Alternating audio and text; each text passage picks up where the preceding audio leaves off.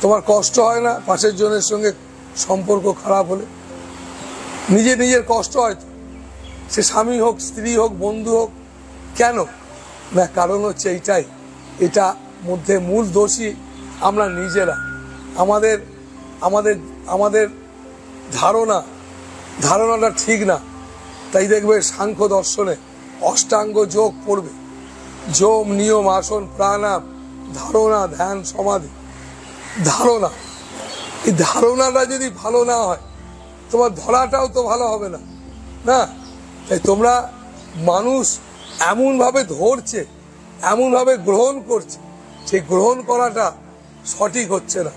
কেন না? গ্রহণ করার যে ধারণাটা, গ্রহণ করার জায়গাটা, কি গ্রহণ করা উচিত, কেমন ভাবে গ্রহণ করা উচিত, আদৌ গ্রহণ করার জিনিস কিনা, এই সমস্ত ব্যাপারটাকে নিয়ে আমরা এত কিছু খোঁজ করি, এই সবগুলো খোঁজ করতে পারছি না। কেন পারি না? না আমরা এই কারণে পারি না, এই খোঁজের ভেতরে যে আমাদের থাকা উচিত ছিল, কেমন এর থেকে আমরা সরে এসেছি।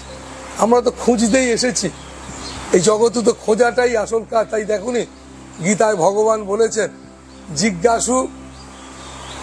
জিজ্ঞাসু আমার হৃদয়ে থাকে। কেন জিজ্ঞাসু? যার জিজ্ঞাসা আছে। জিজ্ঞাসা মানে বই পড়ে না, জিজ্ঞাসা মানে ভেতরে, জীবনে, যে কেন আমি পাচ্ছি না, এর কারণটা কি? আমি কি এই জগতে শুধু খেতে এসেছি? এটাকে একবারে বই পড়ে না, নিজেকে নিজে কখন আমি আমার মধ্যে জাগবো, প্রশ্ন করব। আমি তো এত শুনছি, আমি নিজেকে নিজে কখন প্রশ্ন করব?